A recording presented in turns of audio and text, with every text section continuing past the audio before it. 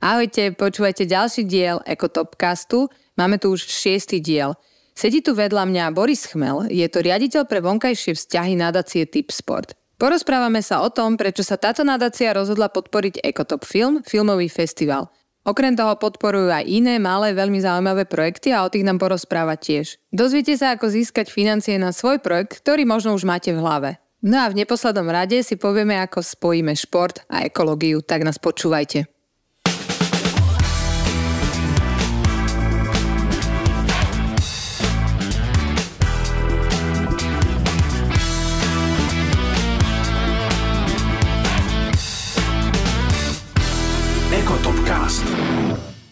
Tak dobrý deň, Boris, som veľmi rada, že ste tu. Ďakujem za pozvanie, ďakujem a teším sa aj ja. Som veľmi zvedavá, čo mi teda prezradíte o Tipsporte, o vašej nadácie. Ja viem, že ona je na Slovensku ešte mladá. Musím povedať, že možno jedna z tých najmladších nadácií, naozaj vznikli sme len v roku 2021. No, čiže sme síce mladá, ale jedna z mála firemných nadácií u nás, ktorá sa vyslovene primárne zaoberá životným prostredím na 95%, tak v podstate dá sa povedať primárne. Čiže vznikli sme naozaj nedávno. V Česku máme nadáciu, ktorá vznikla v roku 2017, čiže tam už fungujeme trošku dlhšie, nadácia Tipsport. No a rozhodli sme sa teda vzniknúť aj na Slovensku, pretože zase nechcem, aby to znelo ako klišé, ale žijeme tu a teraz, záleží nám na tom, ako tu budú žiť naše deti, naša generácia. Na tom sme sa zhodli u nás vo firme a ja sám mám 2 malé deti, chcem aspoň urobiť niečo lepšie pre ne, a aby mali život lepšiu kvalitu, zdravšiu, ekologickejšiu. Takže preto sme vznikli aj na Slovensku to už sú 2 roky. Tak to je veľmi dobré, že sme v tých 95% aj my ako Ekotop Film, veď preto som si vás sem aj pozvala. Ale ja viem taký, že existuje príbeh, ako začala táto spolupráca, je celkom vtipná. V tej finálnej fáze sa nebol dôvod, prečo by sme sa nerozhodli pre podporu a spoluprácu s Ekotop Filmom. Tam to bolo veľmi rýchle, ale ten úvod bol v tom zaujímavý, že na začiatku bolo úplne náhodné stretnutie na ulici, ale ja si myslím, že náhody neexistujú, takže tak to malo byť. S generálnym riaditeľom Ekotop Filmu Petrom Límom som sa stretol, ako som sa s ním stretával po zvyšných posledných 30 rokov. Raz, 2-krát do roka sme sa na seba narazili, pretože kedysi dávno, ani to nebudem hovoriť, kedy sme drali spoluškolské lavice v jednom z najlepších gymnázií na Slovensku, v tom čase na gymnáziu Vazovova. A vždy sme na seba narazili na nejaké spoločenské akcie alebo niekde na ulici. No a pred nejakým časom sme sa takto stretli pred Domom športu, kde máme my svoju kanceláriu. Prehodili sme pár spomienok, slovo dalo slovo, ja som si spomenul, že Peťo, čo robí, a vtedy už naša nadácia začala fungovať. Slovo dalo slovo a je z toho partnerstvo, ktoré podľa mňa bude úžasné, úspešné a v konečnom dôsledku aj v rámci našej skupiny sme o tom presvedčení, pretože v rámci toho, čo robíme nášho core businessu, sa spájame len s tými najlepšími, nielen na Slovensku, ale aj v Čechách. A preto si myslím, že táto spolupráca bude skvelá a užitočná, pretože sme sa naozaj spojili s najlepšími, či s Ekotop Filmom v rámci ekológie na Slovensku. No tak to dúfam, že to bude výborná spolupráca, tešíme sa na to. Ste vy fanúšik filmov? Chodíte na Ekotop Film, alebo budete chodiť teraz? No, zatiaľ som fanúšikom takým, že cez sociálne siete som sledoval Ekotop Film už dávno, dokonca som dostal nejaký oznak verného, alebo jedno z najlepších fanúšikov. A samozrejme, že budem chodiť aj na filmy, ale aj na besedy, na ktoré sa teším ešte viac možno. Na tie diskusie naše?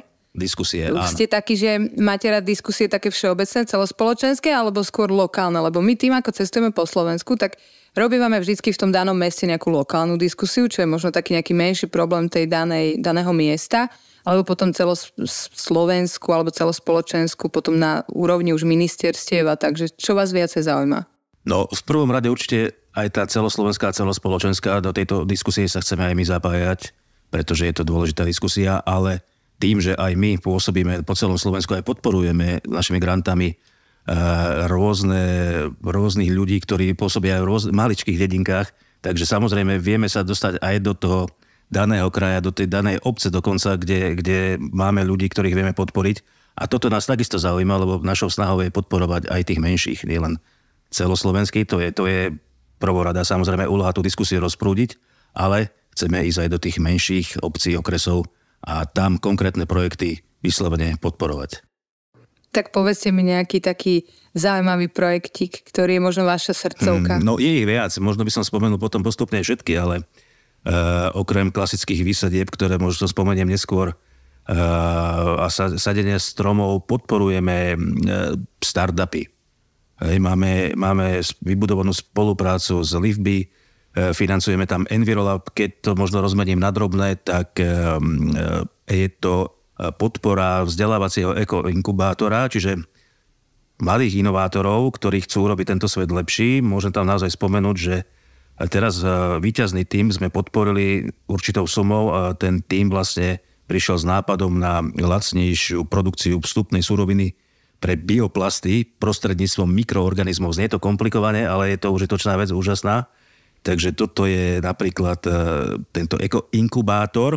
To sú nejakí chemici? To sú mladí vedci, inovátori, ktorí sa týmto zaoberajú. Čiže to sú naozaj mladí ľudia, ktorí vymýšľajú nejaké procesy, postupy. Je ich tam viac. Volá sa to, myslím, že Halo Plastics, to skupina. Wow, čiže takýchto vyslovene mladých ľudí, ktorí prichádzajú s inováciami. Už vyše roka spolupracujeme aj so Startlabom.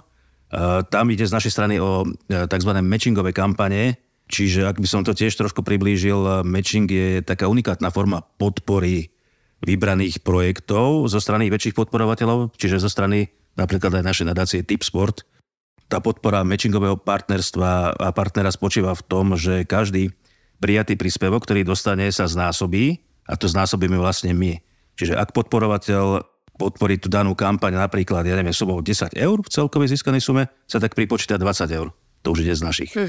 A tuto je presne taký ten konkrétny príklad, koho sme podporili vyslovene v regióne. Spomeniem prestavbu včely na vzdelávacie centrum v Liešnici, kde vznikne napríklad jedinečný priestor pre zážitkovú formu učenia o živote včiel pre krajinu. Čiže aj takéto projekty podporujeme a je to naozaj užitočné, keďže vidíme, že v posledných rokoch je pokles včiel na Slovensku. Čiže toto je tá naša cesta aj do regiónu. Áno, a to musím povedať, že pána Turčanyho pozdravujeme, on chodí aj na Ekotopil, chodil nám prednášať a tiež sme s ním robili nejaké workshopy, je to naozaj krásny projekt. Tak sme sa prekryli aj v tejto užitočnej veci, vidíte. Hej, presne. A máte ešte niečo? Napadne vás nejaký projekt? Áno, samozrejme, tak tým základom, ktorým sme začali a v ktorom aj budeme pokračovať, sú naše grantové programy na výsadbu stromov. To je to, čo sme v Čechách urobili, tak to máme aj na Slovensku. Zatiaľ sme podporili výsadbu viac ako 1300 stromov po celom Slovensku. Bolo to na dve veci rozdelené. Išlo o výsadbu drevín pri športoviskách a slovenské sady boli potom ďalej podporené s výstavou nových stromov, kde išlo o zachovanie tradičných odrôd ovocných stromov. A ja sa možno aj vrátim k tej výsadbe stromov pri športoviskách, lebo ako som už na začiatku spovedal, to životné prostredie je top prioritou nadácie Tipsport, keďže to odráža záujem spoločnosti aj mladšej generácie, ale možno sme v tomto predsa len trochu iní ako nadácia, pretože tieto výsadby, ktoré robíme, sú iné a výnimočné v tom prepojení športovej komunity s touto výsadbou stromov, pretože toto zrejme nerobí nikto, že nevystupuje zo svojej sociálnej bubliny, keďže podľa všetkých prieskumov, ktoré sú u nás verejnej mienky, si problémy klimatickej krízy uvedomujú ľudia naprieč spoločenskými triedami. No a my sme sa zamerali na to, ale respektíve sa staráme o to, aby sa táto téma dostala aj medzi športovcov a medzi športových fanúšikov, ku ktorým máme blízko. Čiže prepájame v tomto trošku tak unikátne, že snažíme sa to dostať medzi športových fanúšikov, samotných športovcov a na to využívame aj ten náš komunitný rozmer, pretože my máme komunitu tipérov, veľmi široko podchytenú, ktorá si bloguje, má svoje kontakty, prepojenia, aj my sa s nimi stretávame. Čiže vieme zapojiť do takéhoto niečo, ako je výsadba stromov, aj tú našu komunitu tipérov, športovcov, športových fanúšikov. Čiže to vyjde z tej bubliny ľudí, ktorí sa zaujímajú o ekológiu, tak vyjdete vlastne mimo tejto bubliny a zapojíte niekoho úplne iného, ktorý by na to možno nenarazil. Presne, inak by na to nenarazili a staráme sa o to teraz aj, ten grant bude znova ďalší vypísaný na výsadbu stromov pre športové kluby vyslovene, alebo možno sú to menšie kluby na dedinkách, ktoré majú svoje športoviská, vysadia si stromy tam a dostanú nejaký príspevok za to. Čiže to je vyslovene. To je ináč výborné. A toto je aj budúcnosť. Aj vždy, keď sme sa bavili o tom s nejakými enviro ľuďmi, ktorí sa teda do toho vyznajú, tak ochladzovanie tej planety, kde vlastne tie stromy nie sú, je presne tá budúcnosť. Keďže stále to bude teplejšie a to počasie bude horšie. To je výborný nápad. A treba presne zapájať každého jedného, čo zapojíme do takéhoto niečo, je užitočná vec, lebo presne každý môže sám niečo urobiť pre tú planetu. A určite toto malo napríklad celkom peknú odozvu medzi športovými klubmi a športovcami. Takže ideme v tom pokračovať aj ďalej. To je super. Ešte ma zaujali tie ovocné stromy, čo ste hovorili. To sú tie tradičné odrody. O tom sme mali dokonca aj film, ktorý tiež aj bol úspešný, sa umiestnil. To sú vlastne také tie staré odrody jablk, ktoré už... Presne, také tradičné. Áno. Takže aj v tejto veci budeme, aj v tejto výsadbe budeme pokračovať určite ďalej. No a ešte možno spomeniem jednu vec, ktorú chystáme, ktorá bude pomerne veľká, okrem samozrejme spolupráce s Ekotop filmom. A čo skoro bude vypísaný aj klimatický grant. A tam budeme vlastne podporovať organizácie, ktoré prispievajú k zmierneniu dopadu klimatickej krízy. Bude to veľký grant, bude tam veľa peňazí. Čiže určite to treba potom sledovať, keby niekto mal záujem na našej stránke, aj na facebookovej. Čiže keď mám super nápad, dobrý projekt, ktorému sa chcem venovať, tak môžem dostať na to grant. Tak. Zatiaľ viac neprezradím, ale bude to pomerne veľká suma, ktorá sa prerozdelí, takže určite, ak to bude niekto počúvať tento náš podcast, ktorý už má v hlave nejaký nápad, tak pokojne nech sleduje nadácia Tipsport aj na Facebooku a tak ďalej. Tam budú všetky veci postupne zverejňované. My sme síce povedali, že vy ste mladá nadácia, ale v Čechách už fungujete dlho. To sme ešte nepovedali. Čiže je to vaša taká inšpirácia? Alebo sú rozdielne tie projekty v Čechách a na Slovensku? Tak inšpirácia to samozrejme je. No my sme československý holding, ktorý veľa vecí, keď sú dobré nápady, tak sa preberajú z krajiny do krajiny. A trošku samozrejme možno inak ľudia vnímajú potrebu environmentálnych vecí a grantov v Česku ako na Slovensku. Samozrejme, však treba si na to vždy urobiť nejaký prieskum, že čo ľudí zaujíma v tej danej problematike. V Česku sa nám pekne uchytil bike sharing, ktorý funguje relatívne úspešne a dlho. Na Slovensku zatiaľ možno do budúcna uvažujeme na touto alternatívou, ale nie je to tá priorita. Čiže sú tam určité rozdiely regionálne, samozrejme. Čiže to je taký, že ten bike sharing je taký ten váš projekt? Tak, ale tu na Slovensku už funguje pomerne, iné nadácie to majú, takže my sme si povedali, že budeme sa venovať tým veciam, ktoré som teraz spomínal. A možno časom, samozrejme, všetko je možné, že sa budeme rozrastať aj smerovať aj týmto smerom. A to je vlastne tiež spojené ten bike akože s tým športom. Áno. Je tam pohyb do toho, čiže my sa snažíme trošku naozaj inak koncipovať smerovanie našej nadácie, možno ako iné nadácie, ktoré sa vyslovene venujú ekológii. Má to logiku. Je tam prepojenie, keď nechceme to vyslovene tlačiť k tomu nášmu core biznisu, ktorý je šport, ale aby tam bolo nejaké prepojenie, samozrejme. A teraz budem taká osobnejšia. Povedzte mi vy osobne, čo robíte pre našu planetu. Tak myslím si, že nebudem asi iný ako ľudia, ktorí sa touto témou zaoberajú a nechcem, aby to znelo tak, že vždy, keď mám čas, no snažím sa ten čas mať vždy. Tak samozrejme separovanie, to je alfa omega. Učím deti od malička, však oni sa to učia aj v škôlke, mám malé deti. Takže toto je vec, ktorú veľmi dobre sledujeme doma a ich učíme, čo sa má diať. Keď sa dá, a je počasie, tak vyvetrám bicykel, chodím do práce na bicykli, používam bicykel čo najčastejšie, aby som trošku pomohol tomuto nášmu ovzdušiu, keď posledné dni nám tu nahorelo, čiže nedalo sa bicyklovať moc v tej oblasti, kde bývam.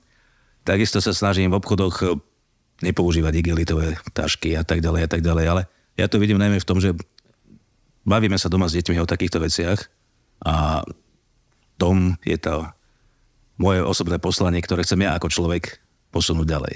Presne tak, my sme takí maličkí a potom sú také veľké projekty, ktoré zachraňujú oveľa viacej ako naše rozhodnutie nebrať si plastový sáčok v obchode, že? Tak je to niekedy ťažké, lebo však Ja som človek, ktorý zažil obchody ešte dávno a vtedy všetko bolo v plaste, tak človek bol zvyknutý chodiť s 10 igelitkami a teraz ešte tiež, keď vidím občas tých ľudí s týmto chodí, tak sa tak trošku počulujem, ale tak treba začať od seba a snáď každý si to uvedomí postupne. Áno.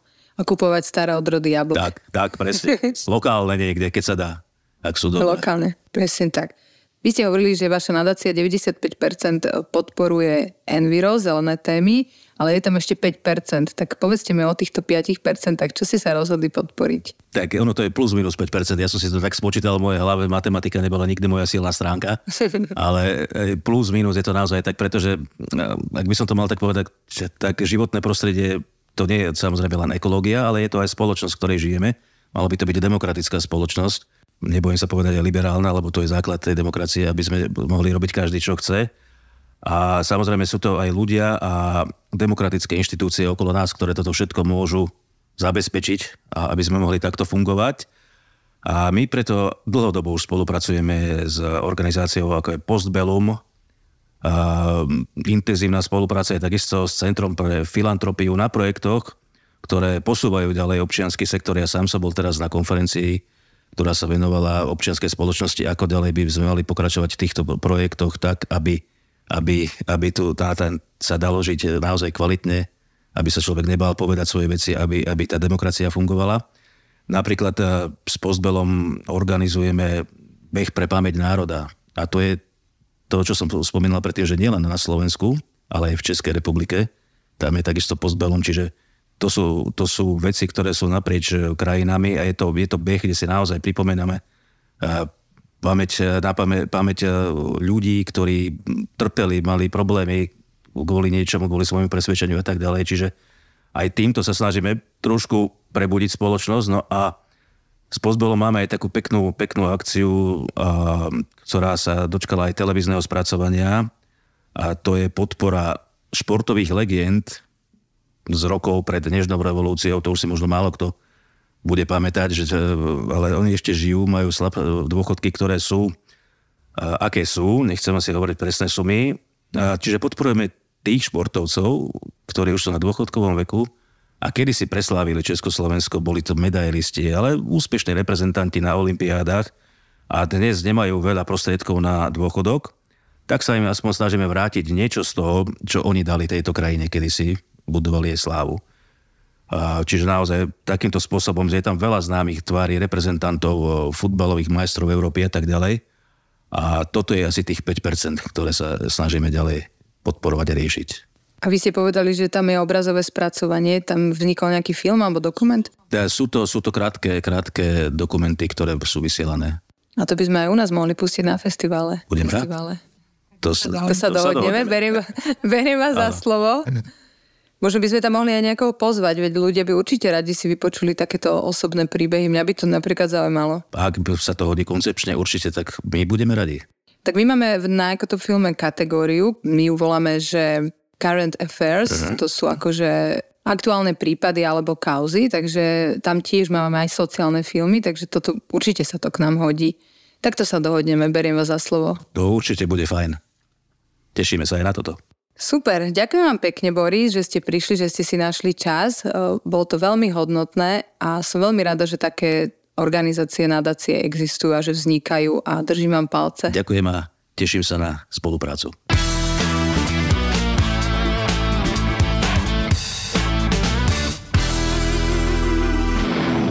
Počúvali ste 6. diel Ekotopcastu s Borisom Chmelom. Sledujte nás na sociálnych sieťach, Facebooku, TikToku, Instagrame a sledujte aj nadáciu Tipsport na sociálnych sieťach.